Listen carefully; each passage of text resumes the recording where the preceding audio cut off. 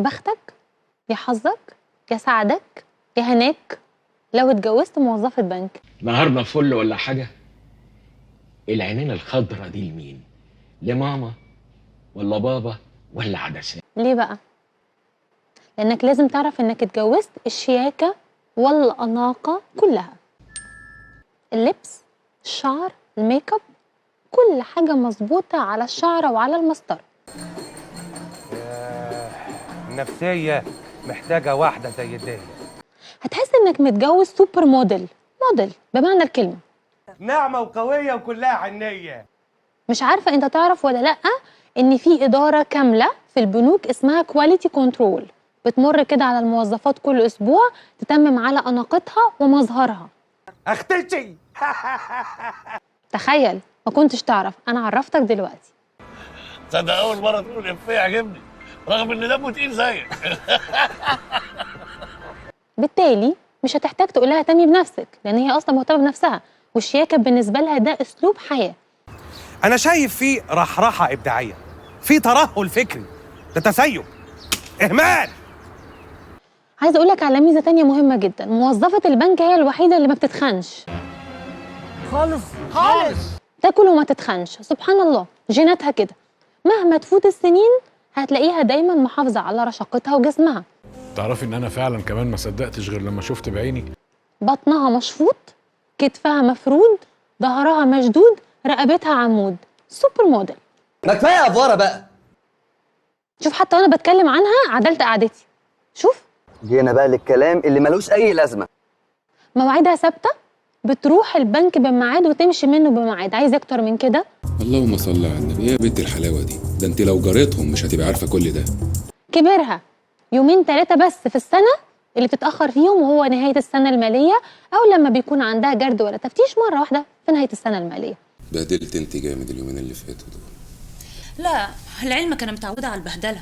غير كده بقى تظبط المنبه والمنبه على مواعيد دخولها وخروجها. انت فكرتيني بتيتا الله يرحمها. والله. ليه هي كانت شبهي؟ لا رغايه زيك. صوتها برضو واطي على طول. ليه بقى؟ بحكم احتكاكها بالعملاء، تلاقيها بتصوصو ما تسمعهاش. مش انا قايله لك تلم الغسيل يا راجل يا عره؟ يا نهار اسود. انت مش عارف ان انا بتكسف اقعد في الشباك عشان ما افتنش اهل المنطقه؟ بأمارة ايه يا وليه؟ ده انت شبه الدعسوقه. وعمرها ما تندهلك في البيت غير يا فندم. طبعا. ودايما رضاك هي او هو مهمتها الاساسيه، لانها اذا كانت بتعمل كده مع زمايلها والعملاء اللي في البنك، ما بالك بقى بفرعونها اللي في البيت. معلش هي ذكيه في الشغل بس يا فندم. مش هتعمل كده معاك ازاي وانت اهم عميل في حياتها كلها؟ خلي بالك، انت العميل الاهم، العميل رقم 1 او العميل رقم 0. زهقت من البيت، من العيال، زهقت مني انا شخصيا. مش محتاجه اقول لك ان مراتك موظفه البنك هي احسن واحده تظبط لك ميزانيه البيت مفروغ منها. ينفع كده؟ شكل امك هربت كده بالفلوس. وعمرها ما هتيجي تقول لك الفلوس مش كفايه او عايزه فلوس زياده. لا ايه ده، هو 150 جنيه حلوين قوي.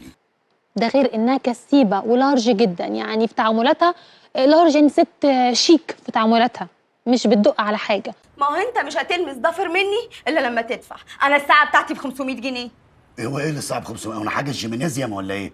فهتلاقيها هي اللي متحمله كل مصاريفها الشخصيه، مش هتقول لك عايزه اشتري هدوم، ولا مثلا في اوردر اونلاين انا جبته وعايزاك تحاسب لي عليه.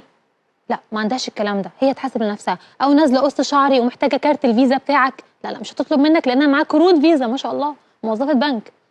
انا مفهمه ان انا بشتغل مضيف الطيران. معاها كروت احنا ما نعرفهاش اساسا، يعني حاجات جديده هم بتبقى معاهم احنا ما نعرفهاش كعملاء عاديين. حلو قوي الكلام ما شاء الله.